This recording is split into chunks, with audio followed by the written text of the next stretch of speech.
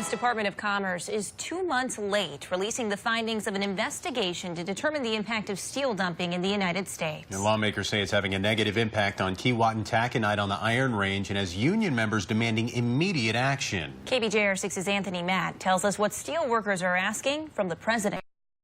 Steelworkers at KETAC returned to work this past February after the plant was idled for over a year. But now the president of the United Steelworkers, Local 2660 in Keewatin, says the plant is in danger again. I'd hate to see a point where we don't get the relief that we seek.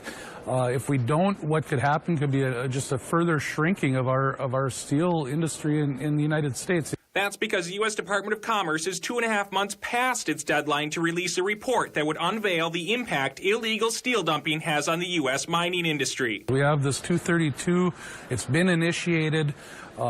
We need it to be finished, and we need whatever type of relief that the 232 investigation comes out with, and we need it as quickly as possible. The American Iron and Steel Institute reports that steel imports are up 21% since April. Steel imports actually began to rise because the people that are dumping the steel over here are trying to get their product over here as much as they can before possible action. Tobey is calling on lawmakers to take action immediately. Congressman Rick Nolan is largely responsible for getting sanctions and large tariffs imposed on countries responsible for steel dumping, which increased the demands for taconite in the U.S. and resulted in mines like KETAC coming back online. We got all of our mines operating again, but there's still way too much subsidized steel coming into the market. Once the report is released, President Trump will have the authority to impose more regulations on foreign steel imports.